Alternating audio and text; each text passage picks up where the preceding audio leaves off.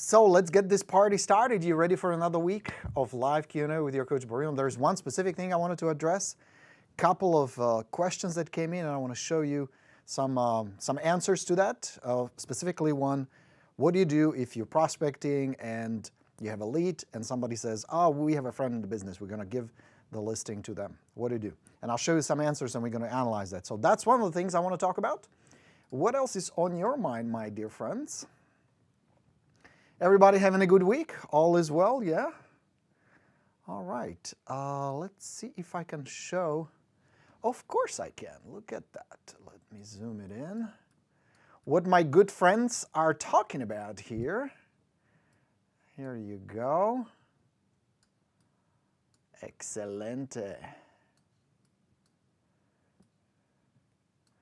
Mr. Fadi wishing everybody happy Tuesday. Good morning to you. Here you go. Let me zoom it in.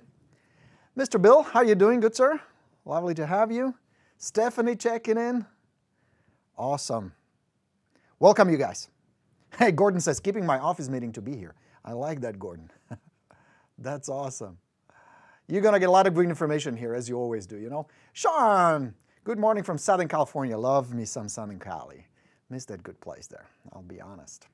But it's good to be here on the East Coast. All right, so let's get this party started. I want to start with some thank yous first. Direct mail is alive and well. If you're not sending cards, if you're not doing like send-out cards or just regular handwritten notes, postcards, revisit this. Everybody's now gung-ho about Facebook advertising and email, which is fine. They work just as well. But the good old-fashioned direct mail is alive and well. You should be using it. Some couple of quick examples. Here's, for example, a thank you card. My man Alex Davis from West USA Realty sent. Nicely done. Very nice and personal. His little niche is dog lovers. That's one of the areas that he focuses on, and it resonates with a lot of people. Lovely card, nice paper, handwritten note. Can you guys see it? Here you go. Very nice. Alex, thank you so much. Great card, included a business card. Really nice first impression. This one is from my man from, who is this? Oh, here we go. This is from Janice. Janice Amburn, one of my students. Look at this lovely card. Her family, happy holidays. Nice contact information here on the back. Handwritten note, really nicely done. Good card, very nice impression. Well done, Janice. Thank you for that, by the way. Appreciate it very much. This is my friend Chrissy and Lisa. Lisa Dubois, good friend of mine. Lisa, if you're on the broadcast, love you, girl. You're doing a great job. She is selling locally where we live here in part of called Falls Church, Lake Barcroft. And this is our lake. She put together this nice custom card, contact information on the back, a little message here: while the weather outside is frightful, our lake is so delightful. Wishing you all the best 2018. Christian Lisa, handwritten. Nice little card. Here's another example. Wishing you a happy new year from my dear Randy and Beth. Beth Middleton is currently in my path. Great little card. Nice, nice first impression. And this is a nice just listed postcard from Ken from Coldwell Bankers, from Sotheby's. He lists a couple of properties here. Really nicely done. So do it, my friends. Now, the best mail I received over the last few days is right here. Look at this.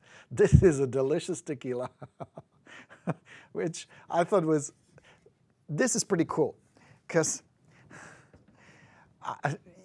I don't receive a lot of gifts, but when I do, I appreciate them very much. They mean the world to me. So if I get something like this, that is impressive. So here's the story. We live in the state of Virginia, as you know. And state of Virginia does not allow, you cannot mail alcohol. It is not allowed to mail alcohol. So what do? How do you ship a gift like this? My man Adrian Garza, Adrian, if you're on the broadcast, thank you so much for sending this.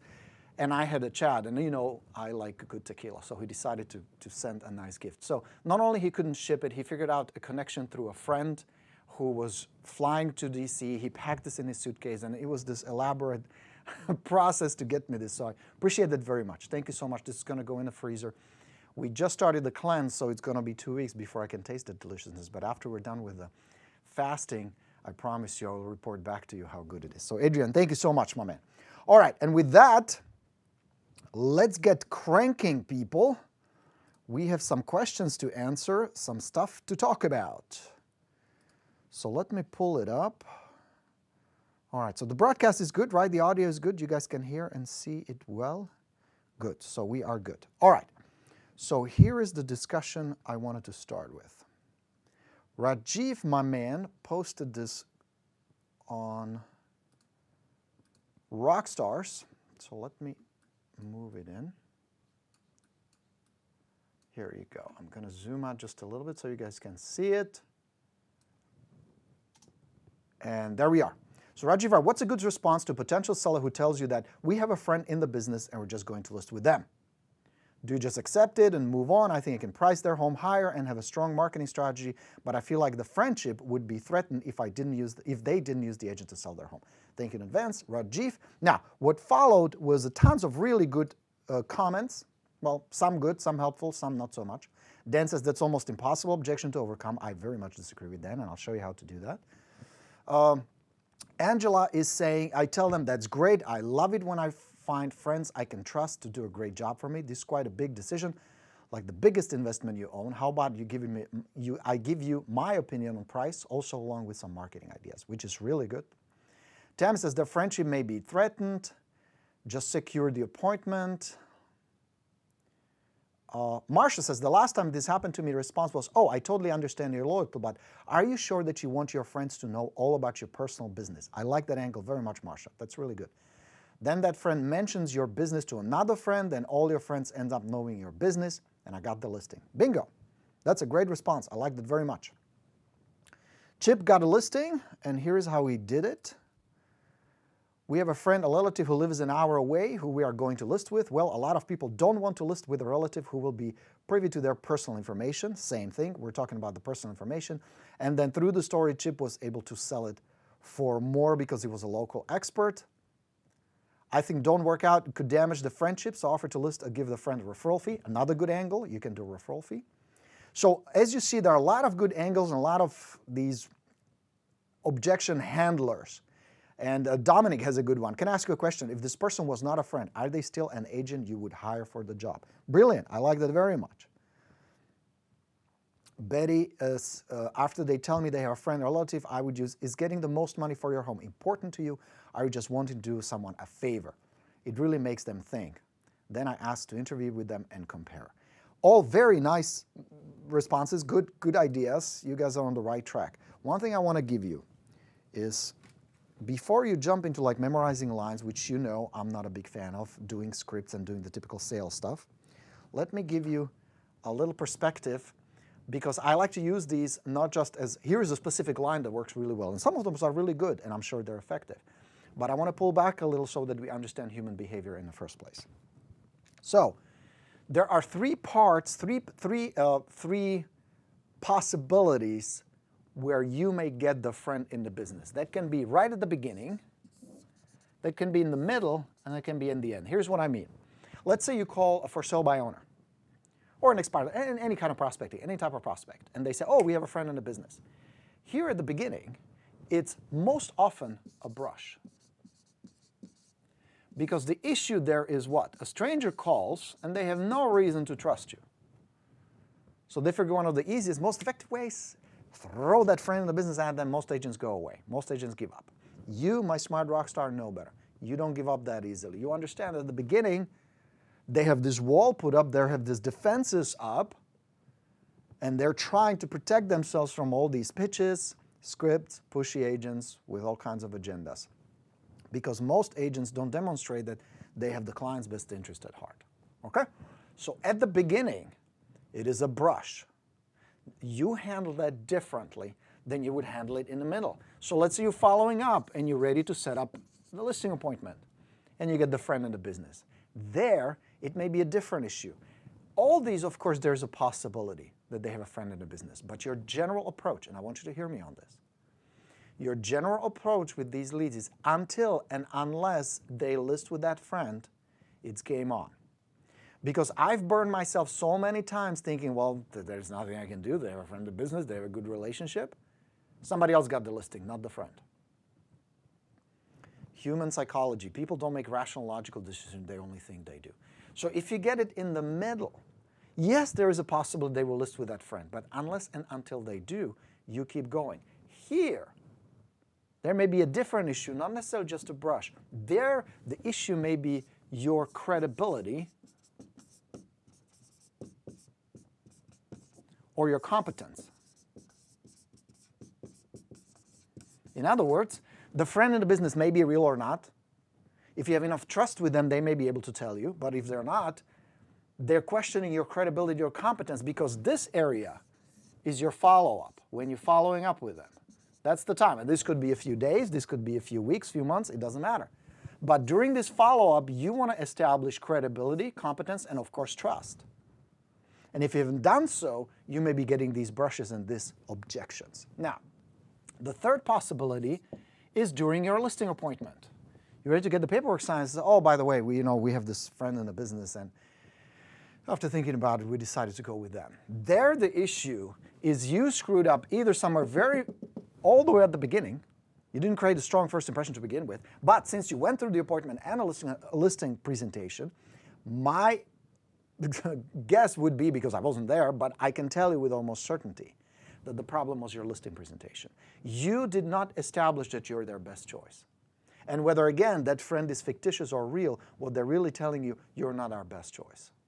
So as you can see, it depends where in the timeline you get it, you handle it differently. And you have to approach it differently. When you get it right at the beginning, you always acknowledge. You never ignore, and you never answer with the question, don't do those silly, stupid sales shticks. You simply acknowledge, well, good for you. It's great to have somebody you can trust. Where are you guys going to be moving to? Fantastic. How soon would you like to be there? And you just go right into the conversation. You acknowledged it, but there is no need to handle it because you already know it's most likely a brush because they don't trust you enough, so let's build more trust. The best way to build trust, you inquire more. You get to know the situation. You have to understand, what is it that they're trying to do? What is the problem that they're trying to solve? Does that make sense so far? Okay, so that's the beginning. The middle is you can use some of those great solutions that they offer. Would you really trust your friend with such a personal information, and it's an important decision and a big situation, there can be a lot of tension. Would you fire your friend if they didn't do a good job for you? I don't like mixing friendship or family and business, would you? And then you can explore. Now, yes, there may be occasion when you can do nothing about it. There's nothing you can do, but give it your best first. Don't give up easily. Make sure you position yourself at least as a strong second. Or maybe you can offer, well, maybe we can work something out. I'll be more than happy to cooperate with your friends, and together we can get this done. I live in the area. I care about the homes and the clients who live here. I'd be more than happy to sit down with you and chat. And let's bring your friend on board too. And you pay the friend a referral fee. Because here's the thing, even if you pay what, 20, 30%, 70% is better than 0%. You follow me? Few $1,000s is better than no $1,000. Okay? Now what do you do when it happens all the way at the end? Then I would ask him, well, let me ask you a question. We spent quite a bit of time on the phone exchanging information. I've called you a few times, right? We had a few conversations. Now we spend half an hour, 45 minutes talking about your home. I still feel hesitation, and now that you mentioned your friend, and you can be perfectly honest with me. I want to be honest with you, and of course, our relationship has to be built on trust. Do you honestly believe that that other person, your friend, will do a better job than me? Do you believe you're in better hands? He's a better choice than me. Zip, let them answer. Because if they're convinced that the other person is better and the only reason they brought you in is to confirm that the friend is quoting them the right price or has the right marketing strategy, just to affirm that they're the right one, you're done. You simply shake their hand, wish them good luck, and say, look, if it doesn't work out, fantastic, more thumbs. I'll be more than happy to talk to you again, but what I would suggest, to avoid this, you establish it here. You do a good job there. One, establishing enough credibility, establishing enough expertise and trust. And knowing going in, there may be another agent that they like, there may be somebody else who's a family member who has a license, or a friend who may be in real estate. But the fact that they let you in and actually talk to you means they may be not 100% certain. So there is always a chance, there is always a possibility, all the way to the end. And if at the end you don't get it and friend gets it, you did your best. But don't give up easily. Don't quit easily. It is not about clever lines. Yes, it's good to understand, but you have to come from an empathetic, authentic place where you have to be convinced that you're a better choice. Because if you deep inside think, well, the other agent is pretty good, and if he can get it sold for the same price, then they would be stupid to go with me because he's going to give him a break on a commission, why try? You have to believe in you in the first place. You have to be convinced that, yes, going with a friend is really not that great deal. And I don't believe that. I don't believe doing business with friends is a good idea. Does it all make sense? Do you guys understand how this works? And then you can come up with an angle, and then you can explore. But the problem is, if you just go straight for the clever line, their defenses go up because you're immediately switching a position to, I'm going to convince you now. I'm going to influence, I'm going to manipulate you because I want the listing more than your friend. Not a good position. Let's explore what is the best solution. Doing business with friends and family can be tricky sometimes. Is he a market expert? Is she really as knowledgeable? Does she live in the area? There are all kinds of angles you can find by having an open, honest conversation with them. Is this helpful? What do you guys say? Yeah? Let's see what the crowds say. Oops. There you go. Where do we have it? Here you go. Let me move it a little so we can see what our good friend rock stars are saying. Sarah Mary likes it. She says a great topic. Excellent. All right. There you go. Mark says, Borino, big fan, long-time listener. I've been a business part-time for 6 months with many rental transactions. One listing, my first closing as buyer's agent next week. I don't know. I don't work with buyers. I have family and in transition. Is Core Influence still available? Yeah, Core Influence is still available. I mean, you can get it as part of the path. We've launched the path. Come on board. We will teach you Core Influence. I will teach you a whole bunch of stuff. If you just go to goborino.com, go check it out. It's like the BOOTCAMP 2.0 I put together for you guys. I think it's pretty good. So go check it out. It's a good program. Core Influence teaches you the language judo without being salesy, without being pushy, with understanding what your clients, where they come from, their emotional state, their psychology, and all that stuff. All right. Sean really loves it. Good, Janice, enjoying it. Hey, Mr. Mike Cribbin. Good to have you here, my good friend. All right, Mita says, good afternoon, Borino. I was showing property to one of my family members and I spoke with a neighbor and asked him if he's looking to sell his house. He told me yes, but he wants more money. I promised him I will bring market comparables, but I do not want to bring market comparables when I do not know what the price is looking for. What do you suggest? Great question. Here is what I suggest. First of all, kudos for talking to neighbors, talking to people. According to the United States Census Bureau, 12% of Americans will move this year. 12%. That means if you talk to 10 people, there's a good chance one of them will be moving. Some will be tenants, some will be moving out of the area, some have nothing to sell, some are not interested or you don't connect with. But if you talk to enough people, somebody's going to like you. Somebody wants to do business with you. Just based on numbers, just based on averages and statistics. 12% of Americans will move this year. Keep that in mind. The more people you talk to, the better chance you have to lock in like somebody like Mita did. Now, how do you approach it? When somebody says we're thinking about selling, many agents jump right into the opportunity. Woohoo, I'm going to get a listing, or let's get together and let's price the sucker, let's put it on the market. You, as a smart rock star, start asking questions. Now you can do it right on the spot, just to kind of feel them out, spend a few minutes just chatting with them. Now if you have a client there or the circumstances don't permit it, you say, oh, that's terrific. Why don't we talk for a few minutes? How about if I give you a call tonight at 6:35? That's all you got to do. Get their phone number and then call them back. Now I use a very unique time. Notice that I don't say 6 o'clock. And I do it for a couple of reasons. First, I use it as a pattern interrupt. It's just part of the strategies I teach you in the path and in Core Influence. It has to do with them being defensive talking to an agent. Most people don't. Most people don't trust us, unfortunately. We don't have the best reputation. So using these little techniques to gain control in a good way, in a non-pushy, sleazy, salesy way. So one of them is use very unusual times. And tell them, we'll spend 5-10 minutes on the phone just chatting. I have some questions. I'm sure you have some questions for me. And we'll take it from there. That's all you got to do. Get their contact information. Every process I teach you is a step, step, step, step process. Don't leap. Like this is a step process. You make the first contact, you follow up, you set up an appointment and qualify, very important part. So you understand their situation, you understand if there is a friend in the business or anything else. You set up a listing appointment, you list the property. That's the process. Some agents, desperate agents, usually want to leap. Go straight for a listing appointment.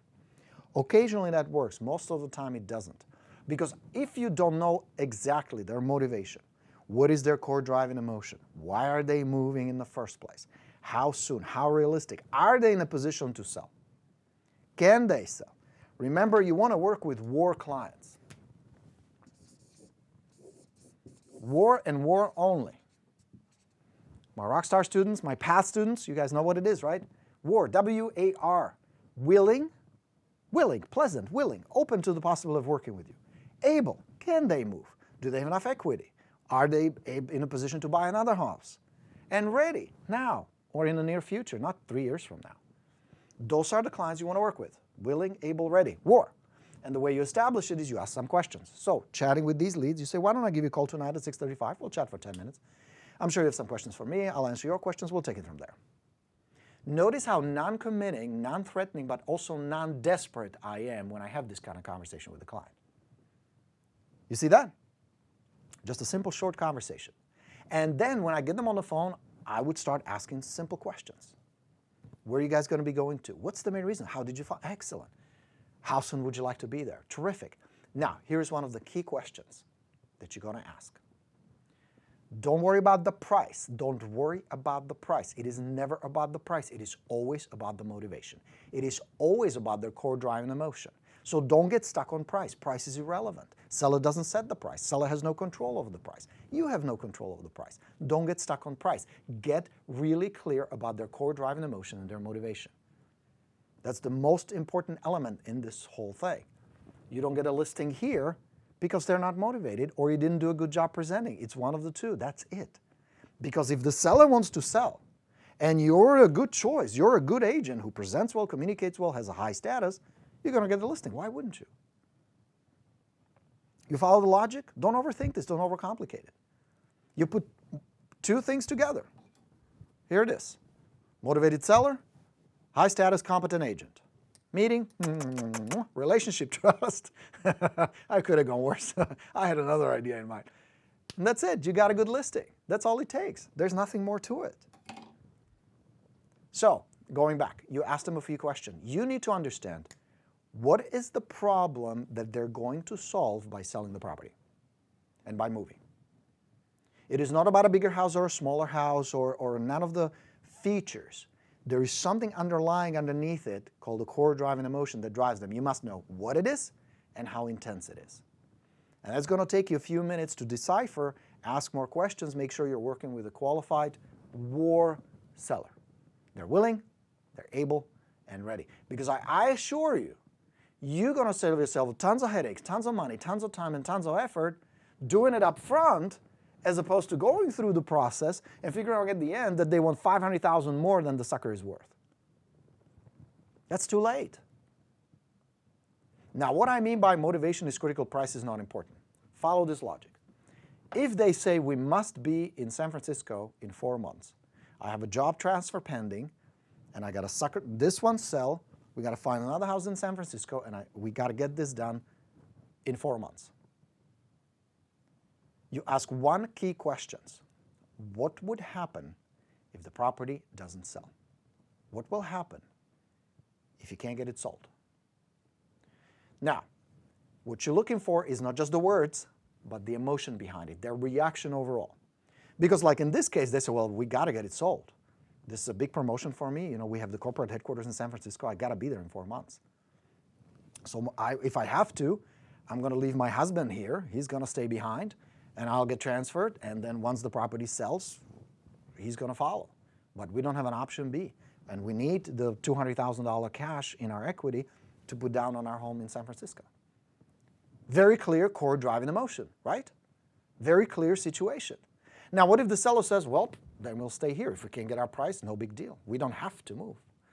With that, you got to be careful because sometimes they're bluffing. Sometimes they've been beat up by bad salespeople and bad agents, and they're protecting themselves. They don't want to disclose their true, genuine motivation. So your job is, through enough trust, to really decipher, are they being honest? So if they are honest and you know that they have to move, you're a motivated seller, you take them through the process. If it's clear that it's all based on some made-up price that they, think about it this way. If you're talking to a seller who has a house and the fair market value of that house is $350,000, that's what the buyer is willing to pay. And it's absolutely irrelevant what the seller wants for it, what the seller must get for it, what the seller think it's worth, what the seller bought it for, what they owe on the property. All these are absolutely irrelevant and have no impact on what the property is going to sell for. The property is going to sell for what a buyer is willing to sign on the dotted line and what the appraiser will say yes, and they lend the money from the bank. That's it. It's the bank and the buyer, not the seller. And your job, of course, as part of the process in communicating with the seller, is for them to understand that the decision they will make is yes and no. Their negotiation will be about arriving at what the buyer feels is the fair price and the seller is willing to accept. It's really that simple. But if they're unmotivated, the price is not important. If they don't have core drive and emotion or a strong drive to move, it doesn't matter. And if they're super motivated, the price doesn't matter. It's going to sell for what the buyer is willing to pay and the bank is willing to lend. Your job as an expert is to determine what this price is. That's part of your expertise. That's part of you knowing the market well enough to come in with a number that's pretty darn close, if not right on, as to what is it going to sell for. And you as an expert can figure it out. Study the market, go preview properties, visit open houses, talk to appraisals, talk to open houses, talk to agents when they do open house. Study what's going on in the marketplace, and within a few weeks, you should be on top of it and you should understand what determines a value. Why do buyers pay $50,000 more for that instead of that? Why this one sits on the market for 6 months while that one sold in 2 weeks? That's your job. That's part of your expertise, okay? Was that helpful? Good. All right, looks like you guys are enjoying it. Sarah Mary's impressed. She wants to know how I just did it with showing the comments. The magic. Magic happens right here. Hello, Monica. How are you? Maxim, Borino, I already bought FIS Borino. Do I get any discount on other programs? For example, the core influence. Thank you, Maxim. You absolutely do. And we also have an invite for you to do the path with us. So please do get in touch with me. Shoot me a quick email. All right. Crystal in the house. Andrea says, hi, Borino. I have a man I've been talking with a few months. His home expired on the market last October after a year with 2 different agents. Called him up, and he was very interested to meet with me. He lives in my neighborhood, so I met with him and the house, and I gave him a package with a CMA. I was honest with him to get the price he wanted. The house needs some work. He took my advice and has been clearing out the house. I stayed in touch. She's trying to sell himself right now. He said he didn't want to list with an agent until spring, but figured he would put up a FSBO sign in the meantime, just for the hell of it. I stay in touch with the neighborhood information, holiday card, etc. He used to respond quickly to my text and emails, but not the case anymore. Can you give me some tips or other things I can help him with other than just CMAs? I also send him a few FSBO tips when he decided to try that first. Don't want to lose this guy. We had a good rapport at the start. Andrea, first of all, kudos for working with this guy. That's awesome. It's a good lead. Now, this probably has happened to you before, guys. You have a good lead, build a good rapport with them, maybe even meet with them, and all of a sudden they go dark on you, like almost as if they died, right? No answers, no response. They like completely start dissing you, ditching you. Nothing comes back. No replies to your emails, no response to your texts. They go silent. What happens? Let me give you a few tips. First, they could have died. I mean, I'm trying to be cute and funny, but there could be something personal that happened in their life.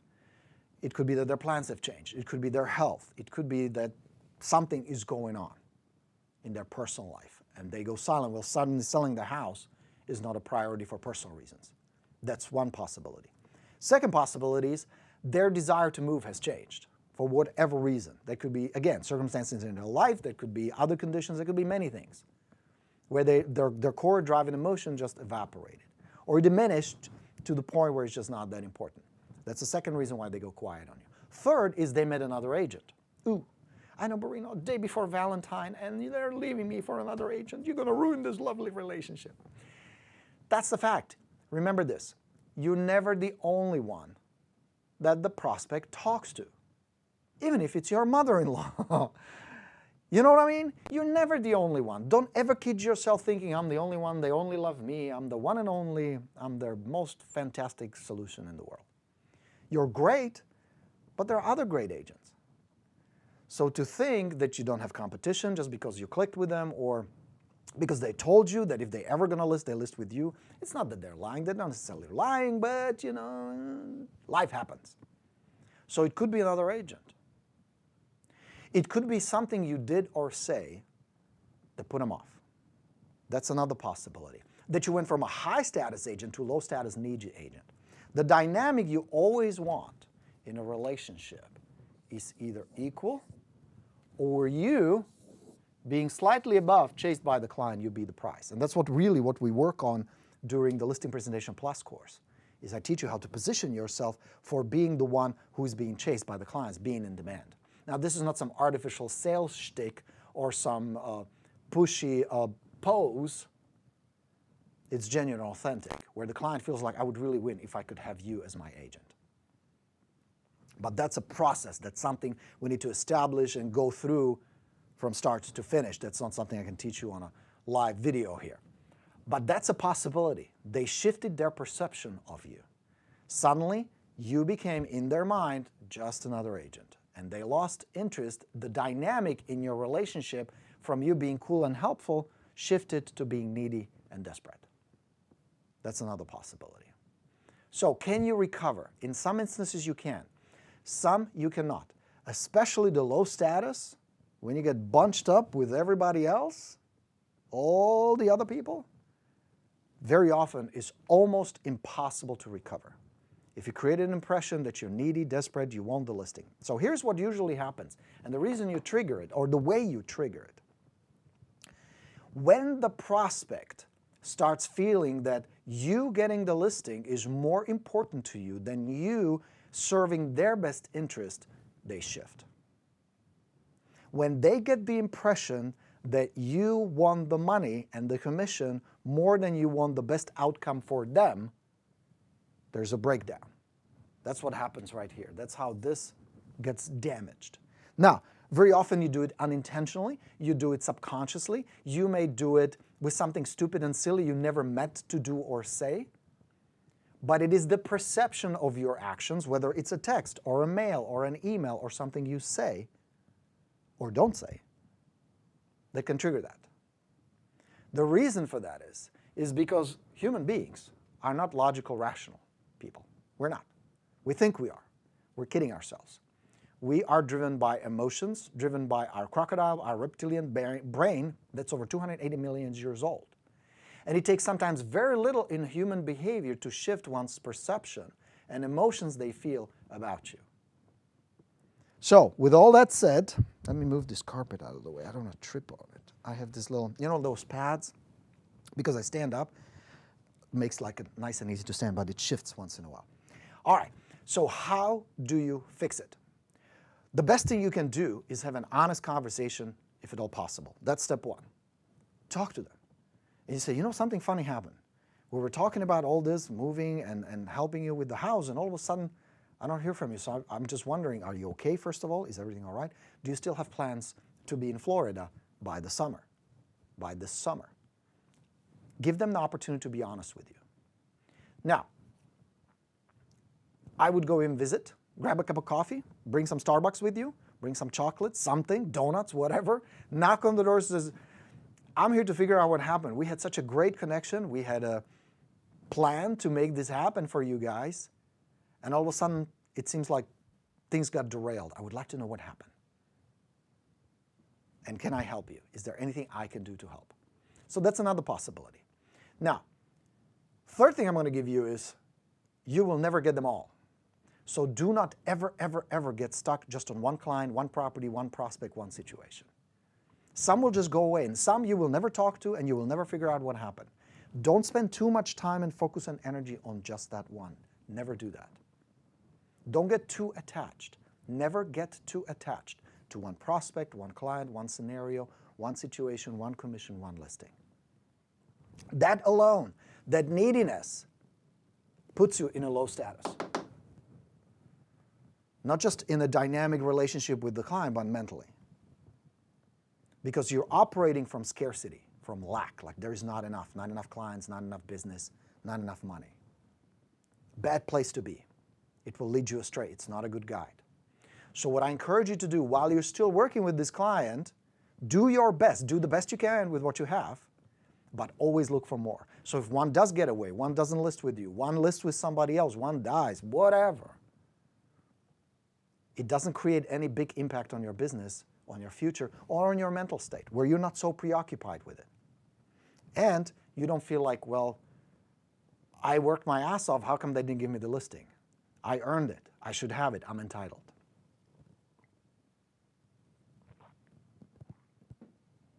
Does that make sense? Is that helpful? Keep looking for more. You need to operate from one basic premise. There is more business around you than you can possibly handle. There are more clients around you than you can possibly serve. There is more money to be made that you wouldn't know what to do with. And if your brain right now is going, fuck no, there is not enough, look at our bank account, bullshit. That's the core of the problem. And that's a possibility that's repelling clients from you. Because the moment you start attracting wealth, if your programming is in conflict with that, you will figure out a way to sabotage that. That's why we're spending the first month of the path, the first 30 days, doing nothing but resetting your mindset. Shifting to that understanding that, Jesus Christ, there is so much around you. Think about the number. Over 5 million homes will be sold this year. That's a lot of transactions. That's like every minute, 10 homes. Every minute, 10 homes. Somebody's making a lot of money. You can too, but you need to make the mind shift first. Isn't it funny how we go from techniques and dialogues and processes back to the mindset almost every single time? It is the foundation. You know, it was by design that I started the path with the mindset. That's always what we're going to start with. Whether you come aboard now or later, you can jump aboard anytime. You can come join us anytime. We will always start with the mindset because it's the foundation. So do some soul searching too. What creates this attachment to just one client or one commission? And if it is, well, I need some money, I need to pay my bills, that may be the answer, what's pushing these people directly through your actions or words, or indirectly through, and this is going to get a little weird, but through the energy and your thoughts that create this kind of a resonance with the universe, higher power, God, whatever you want. Because at the end, you will always get what you believe you should get, who you are, how much money, wealth, success, and clients you can serve. That's how it works. And I don't pretend to understand the dynamic behind it. I really don't know. All I know is it works 100% every single time. Your beliefs, your focus, and your expectations will always win. And you will never override them with logic. You will never override them with discipline or will. It has to start within. And we kind of went a long circle back to the mindset, but it's important. Okay? So I hope that answered it. Now, one quick question that came. So Andrea, I hope that was helpful. Mike has a good point too. Let me show you. Mike says, if they trust you, you can help them find a home in San Francisco by referring to another agent in San Francisco. Referral fee for you. Absolutely, yes. That's, by the way, a really good angle if you can find them will help them with a new home. Trini says, that was very helpful. Great information as always, says Michael. Hello, Maka, how are you? Maxime, what is your email address? My email address is borino@expiredplus.com. borino@expiredplus.com. Hey, Roxy the Rockstar. Mr. Aaron, good to have you. All my PATH students are here. Love it. I made a mess of my follow-up system. Should I continue to follow up leads if I was not to keep in touch for a while and probably they don't even remember me? I need to take time off and fix my follow-up. I feel I'm losing business. Maka, bad news is yes, you are losing business. Follow-up really is where the money is. So yes, you may be losing business. That's the bad news. The good news is you can recover and fix it right away. You will not get them all, and some of them probably have moved on. Some of them listed and bought through somebody else. That's reality. But remember what I talked about just a minute ago. There's plenty. There's plenty. There's plenty. Look at the numbers, look at the statistics, look at your MLS, look around. People are moving every day. Homes are being sold every day. You can get some of that. So you have a pile of leads, you screwed up your follow-up. Everybody fucks up once in a while. Everybody makes mistakes, trust me. You're talking to, this is the world champion of mistakes, so we all do. We screw up, you go back and you fix it. You don't bang your head too hard over the wall. You bang yourself once just to remember that was a bad idea, and you go fix it. So here's how you immediately fix your follow-up. First and foremost, you're going to grab one of these. This is called a telephone. You're going to put a nice headset on, play some music, have a good time, get in a good state. Then you're going to go down your list of every single lead and you call them back. And you say, Maka, this is Borino with ABC Real Estate. I'm calling to apologize. I dropped the ball. And normally I don't do this, but things just got a little out of hand. Wanted to touch base with you. Do you guys still want to move to Colorado? And then I have a little conversation. And some will say, funny you called. Yes, like you, Gordon. Remember what just happened to you, Gordon? Was it you? That was you. Some will say, hell no. Who are you and why are you calling us? And some will say, jump to the lake, jump in the lake. And some will not answer. But just go down every single one of them and you're going to resume the follow-up as if nothing happened. And they'll be like, Maka, what is that? What? We got a postcard. Look at that. That's a lovely house there. Check that out. You know what I mean? You continue the conversation. Just do your best. No reason to throw them out a window. Continue the dialogue. Because your objective, and I'm going to show you another example. You guys asked for a couple of texts.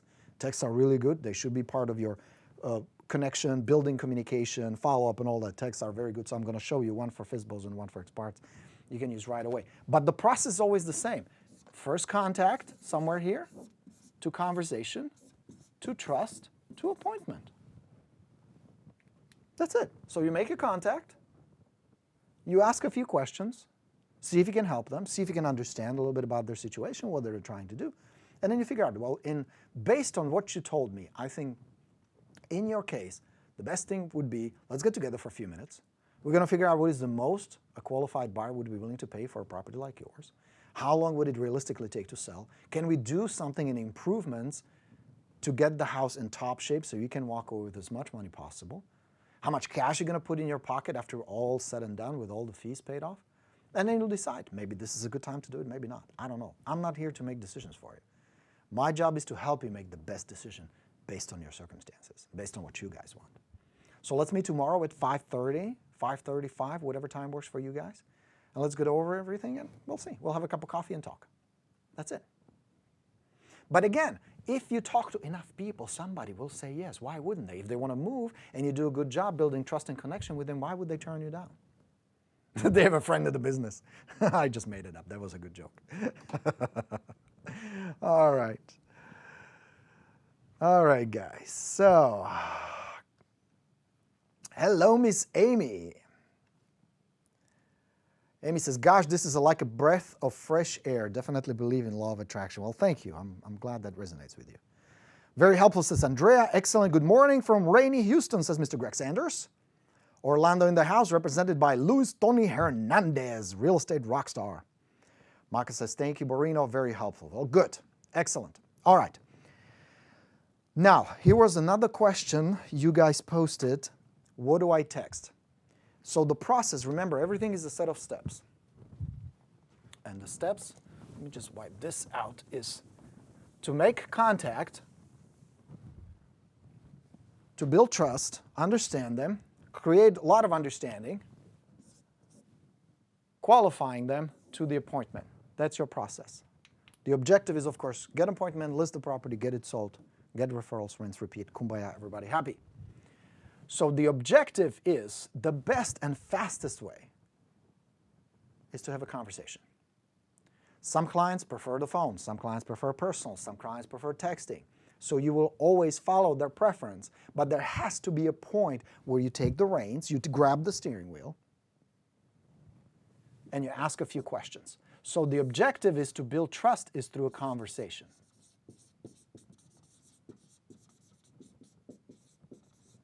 Where you give them a chance to get to know you, you have an opportunity to really understand, this is what we're trying to do, here's what our timeline looks like, these are our expectations, here are the problems that we're facing, And this is what's going to happen once the property sells. Here's the problem we're going to solve. Because remember, if they don't have a problem that will be solved by moving, by selling the property, you don't have a motivated seller. If they say, well, if it doesn't sell, we'll just stay here, no big deal. You don't have a seller move on, shake their hand, thank you so much, good luck, goodbye. Okay? So at every point, you want to have a conversation where they have a clarity and you have a clarity. For example, if you set up a listing appointment, one of the questions you should ask, well, what are your expectations? What do you expect is going to happen? Because if they tell you, we just want to get an idea what the homes are going for and then list it 6 months from now. Very different as opposed to, well, if we like each other, we're going to sign the paperwork and hopefully you can help us get the property sold. Yay! See the difference? What are the expectations? What's going on? So with that, let me show you a couple of texts you can deploy right away. Check this out.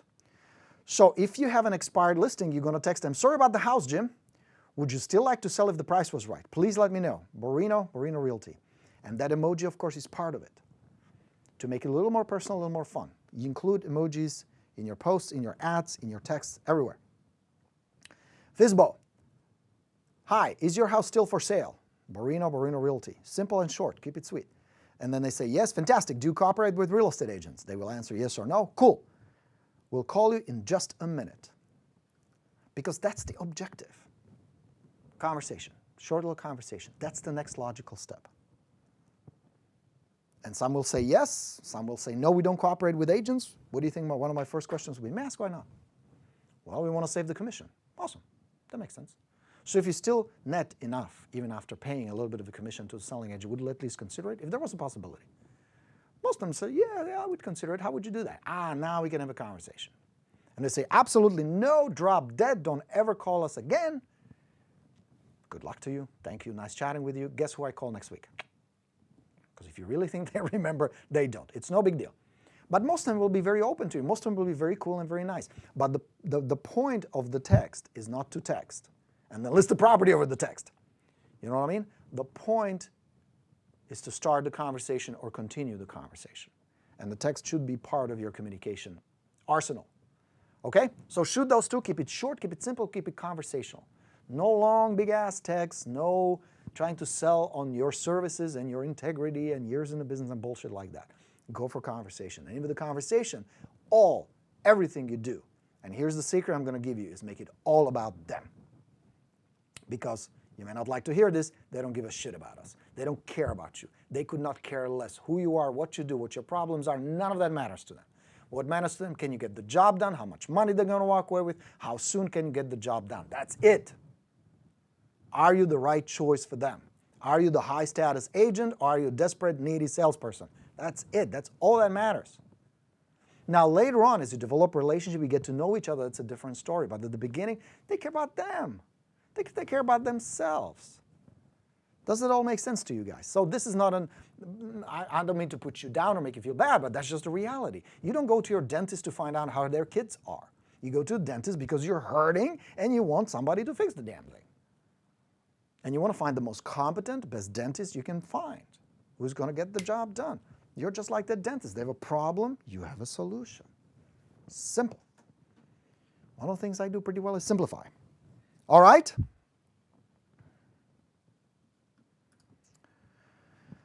Anthony says, I recently obtained a high-end buyer wanting to look at homes on the beach pushing $2 million. Besides going with the confidence and knowledge of the market and area, what else do you recommend? As far as, you mean, Anthony, as far as contacting the sellers, or what are you asking? Confident as far as what? I'm not sure I understand your question. Maxim says, when you call them 1 week later, do you act like you never spoke with them before? No, of course not. I would ask the same question. Hey, it's Borino with ABC Real Estate. Do you guys cooperate with agents? Because I see you have a lovely home. What if I send a buyer your way? Would that be okay? Super simple. So no, I don't pretend. General Borino rule, please write this down. Always be honest. Always be honest. Just be honest. And they say, didn't you call us last week? Yeah. Didn't I tell you never to call me back? I don't know, did you? I'm just wondering if I can help. If I have a buyer, is it okay if I send them your way? And if they're really rude and they're really obnoxious, and if it's not because they're stressed, because many people are rude because they're stressed, selling a house is stressful. If it's part of their personality, you can take them off your list. There are plenty more. Judgment call. But I would give anybody at least 1 or 2 chances before I discard them. Because as some of you read my book, The Expired Plus Guide, Ms. Besak, remember Ms. Besak at the beginning? I called this lady, it's an expired listing, I called her in the morning, and I almost dropped my coffee when she unloaded on me over the phone. Like, if there was a way for a person to actually reach through the phone and grab me and strangle me, Ms. Besak would have done that. It would have been great. And she just bombarded me, and I mean, this was a lady in her like 70s or so. You know, she was short, tiny little thing, frail. But boy, could she cuss. You think I'm pretty good at it. That was nothing compared to this woman. Normally, I would say, okay, next. But there was something about her, an old lady like that being so pissed off, I mean, it really bothered me. So I went to visit her, you know, got my little expired package. Now, you think she was bad on the phone. Holy cow. If she was armed, dude, I would have been dead today. I would not be teaching you here today. I would have been shot in Whittier, California by Ms. Besak. And I mean, she told me where I can put my package deep up, you know, and all kinds of other stuff. I let her vent, and I'm thinking, dude, this is just weird. I mean, I've seen angry people before, but this lady is really up there. She's either really cuckoo, and I should leave because next thing she's gonna be wielding an axe, like in Shining, come on, wherever you are, or something bad's gonna happen. Well, it turned out, angry bulldog Ms. Besak turned out to be very sweet, very pleasant, lovely lady, who just got really screwed by her agent. And of course she created the association, well, one agent is an asshole, every agent is an asshole. And now like 50 of them called her, so she was pissed, she was disappointed. But the real issue was this. She was in her 70s and her health was really getting bad. She was in bad shape health-wise. So she had a plan to move closer to her daughter. Sell the house, move near her, help her financially. Her daughter was going through a divorce. There was some personal issues as well. So they needed the money really bad. They wanted to sell quickly. The agent was a total asshole, completely incompetent idiot, who didn't get the property sold, didn't follow up, nothing. So now this poor little thing who never sold a house in her life, that was a house where she raised the kids and had a husband. Husband passed away. She was all alone. So there was a lot of emotions. There was a lot of turmoil, a lot of fear, and a lot of frustration in her life that I took the brunt of when I was talking to her. But unlike everybody else who just hung up or quit, I stayed with her. Because very often, people in these kind of complicated, difficult, stressful situations react the way she reacts, with anger and frustration and confusion. And I believe that sometimes it's a good idea to give people a chance, to let them really unload those emotions. Don't take it personally. I know that's sometimes hard, but do your best and see if you can reach through that noise and through those emotions and see what's really going inside their heart and inside their soul. And you'll be surprised how many cool, interesting, nice, pleasant people you're going to discover if you just let them get past that initial frustration that, you know, sometimes we experience in this business. All right, so that's our session today, my friends. If you want to join us on the path, we'd love to have you. We'd love to ship you the book, The Path. The first one, of course, there's a whole bunch of stuff you're going to get from me, but the first book is about mindset, how to make your dreams come true in real estate by setting the right mindset, having the right focus, right beliefs, right discipline, right expectations, and all that. So you're going to get that. We have our coaching call scheduled for next Wednesday, which is always a lot of fun. We have these video calls where you can ask questions, we interact. So we'd love to have you on the path if you're not on it yet. And one more question. On our first appointment with FSBO, do you leave any packages as you do with expireds? You do not. You do not. The only thing you want to leave, Maxim, is you're going to hand them a list of websites where they should advertise their property. It's not branded. It is not a marketing piece. It's simply to help them. You're going to list of 6, 7 websites, and you can come up with the list, right? Facebook, YouTube, FSBO.com, FSBOR.com, ForSaleByOwner.com, Craigslist, Zillow, simple list. You hand them that. No package. Because the moment you start giving them resumes, the moment you start giving them shit about you, you turn the perception from helpful advisor who's there to help to salesperson who's disguising their help just because they're needy and they want the listing. So no packages, nothing, nothing. Don't leave a business card. Oh, what? No business card, no. You get your phone out, you take their information if you don't have it, you put their email, put their contact info on your phone, and you're done, you're out there. So I'm texting you my contact info, we'll be in touch. That's it. Super simple. All right, okay. Thanks for the live session. Hey, Mr. Gordon, good to have you, my friend. Well done on that call. That was really impressive. I like that. Thanks for today's live session. Appreciate all you do. Thanks, Borino, says Louis. Good morning to Mr. Blen as well. All right, guys. So let's wrap up today's session. That was a good session. A lot of good information, I hope. Go out there, get some listings. Go join us on the path. Go to goborino.com. Hop on it. And we'll do this again next Tuesday. Would love to help you more. If there's anything I can do, post it on Rockstars. I know I haven't been as active on Rockstars because there are other things that sometimes get in the way, but I'm there. I see your comments. I see your questions. And we have a great community of very helpful people and you guys who answer questions. And I would like to acknowledge you, so we're going to do a post of you thanking you, acknowledging people who do the best on Rockstars. If you're not on Rockstars, jump on it, find us on Facebook. Thanks for being here today, my friends. As always, Coach Borino signing off, wishing you all a fantastic day, great week. Go get some leads, some appointments, and some listings. Plenty of people who need your help. Go find them. I'll talk to you next week. Thanks. Let's go get them. Bye, everybody.